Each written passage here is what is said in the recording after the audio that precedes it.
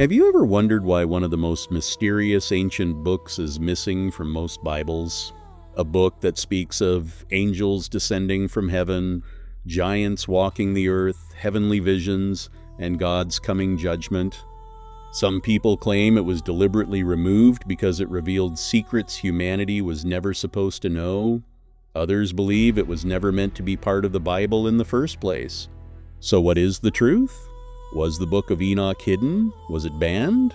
Or is the real story much more fascinating than the conspiracy theories? Today, we're going to uncover the history of one of the most controversial ancient writings ever discovered. We'll explore who Enoch was, what this mysterious book contains, why it isn't found in most Bibles, and whether Christians should read it today. Stay with me until the end, because the answer may surprise you. The story begins thousands of years before the birth of Jesus. In the book of Genesis, we meet a man named Enoch. The Bible doesn't say much about him, yet what it does say is extraordinary. Unlike almost everyone else in the genealogy, Enoch's life ends differently. Genesis tells us that Enoch walked faithfully with God, and then he was no more because God took him away. This short statement has fascinated believers for centuries. Enoch was the great-grandfather of Noah and lived before the Great Flood. Because he had such a close relationship with God, many ancient Jewish writers believed God revealed incredible heavenly mysteries to him. Over time, writings began to circulate claiming to contain those visions. These writings became known as the Book of Enoch. However, there's an important fact many people don't know. Although the book bears Enoch's name, most historians and biblical scholars believe it was written between the 3rd and 1st centuries before Christ, long after Enoch himself lived. In other words, while the book presents itself as Enoch's visions, it was almost certainly written by later authors. The Book of Enoch contains stories unlike anything found in most other ancient writings. It tells of a group of angels called the Watchers who descended from heaven and took human women as wives. Their children became the Nephilim, described as mighty giants who filled the earth with violence. According to the book, these fallen angels also taught humanity forbidden knowledge, including warfare, sorcery, astrology, and other practices that led people further away from God. The book continues by describing God's judgment upon these rebellious angels. It says they were imprisoned while awaiting their final punishment, and it connects their rebellion to the increasing wickedness that eventually led to the flood in Noah's day.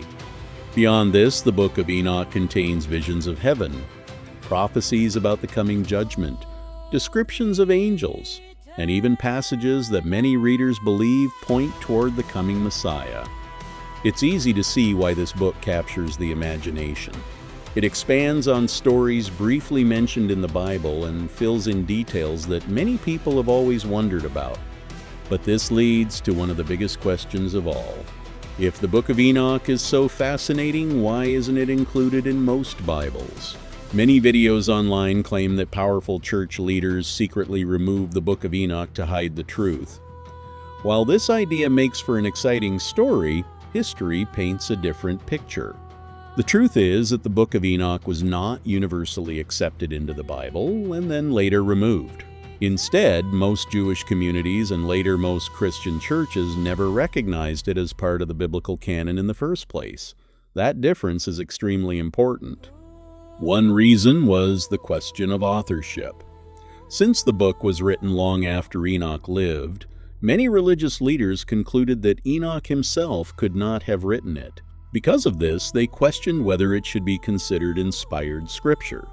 Another reason was that the book contains many teachings and detailed descriptions that go far beyond what is found in the Bible. While some of these ideas are intriguing, church leaders believed they could not confidently say these writings carried the same authority as the books already recognized as scripture. As the early church carefully recognized which books belonged in the New Testament, the Book of Enoch was respected by some, but ultimately not accepted by most Christian communities as part of the Bible. Yet, the story doesn't end there. One of the most surprising facts is that the New Testament itself appears to quote from the Book of Enoch. In the letter of Jude, we find a prophecy that closely matches words found in Enoch. This often leads people to ask whether Jude's quotation proves the entire Book of Enoch is inspired. The answer is not necessarily. Throughout history, biblical writers occasionally referred to other writings that were familiar to their audiences without declaring those entire works to be scripture. Jude's quotation shows that he and his readers knew the Book of Enoch, but it does not automatically mean every part of the book belongs in the Bible. There is also one major Christian tradition that preserved the Book of Enoch as scripture. The Ethiopian Orthodox Tewahedo Church has included it in its biblical canon for centuries. Because of this, some of the oldest surviving copies of the Book of Enoch were preserved in Ethiopia, while the book gradually disappeared from most other Christian traditions. So, should Christians read the Book of Enoch today? Many pastors and Bible teachers say it can be valuable as an ancient historical and religious document.